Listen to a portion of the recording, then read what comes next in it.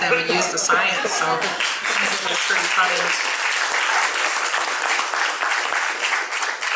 So we had some information from that before Lelu, the reoccupation happened, but in 1970, it might want to note that Department of Fisheries and Ocean did a report on their own because they were looking at doing some industrial development in that area.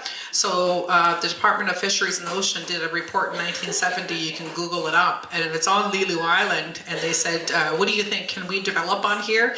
And they were very clear in their own report that said absolutely not. This is the epicenter of the salmon industry. If you mess with this in any way, it's going to have a devastating impact on all the salmon. So they specifically said no, and so we brought that report out, letting them know. So you'll hear a lot of them saying, well, we're waiting for the scientific information to come about so that we can make an informed decision. I think we've heard that many, many times, and we already have our scientific information.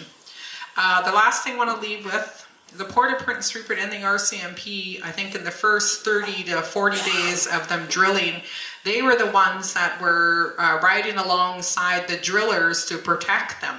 And so we took quite a big issue with that. Why are you out here bringing them out there to do all of this, and you're not here to protect them? That's not what your job is. I think our Sm'ogyet here sat down with the RCMP and told them point blank, that's not what your job is, and don't be doing that. So they kind of stopped a little bit. I don't know how much they're doing it lately, but in terms of permits, our Sm'ogyet has asked them many, many times, produce the permits that show us the work that you're allowed to do.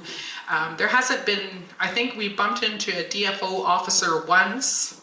We were at the store. It was funny. It was a funny story because we were going to the store and I was in the lineup for the store, and this guy in front of me, I seen the patch that said Department of Fisheries and Oceans and all of this stuff, and I kind of looked out to the side and I said, oh, are you coming out to Flora Banks?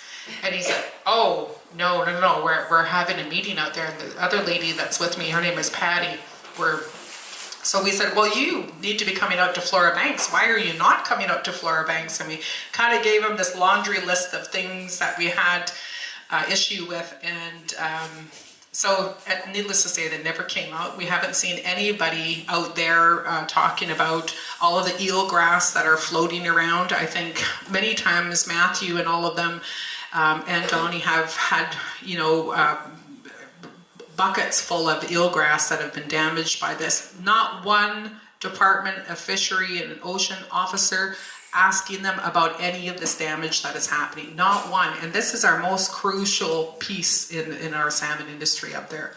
So I just kind of wanted to give you that sort of information, and that's why it's so, it's like you're running around, it's like the sky is falling and nobody is listening.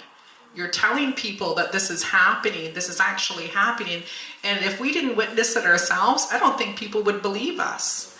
You know, we talk about the damage, they've seen firsthand the big drill that goes down into this very sacred area.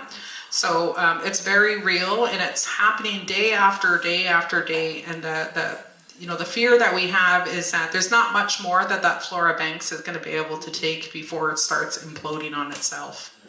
So when that happens and people, you know, cry around and say, well, we didn't know, we knew, and we've tried to share that with as many people as we can. That's why we do the things that we do, even down here, kind of spreading the news so that people will know.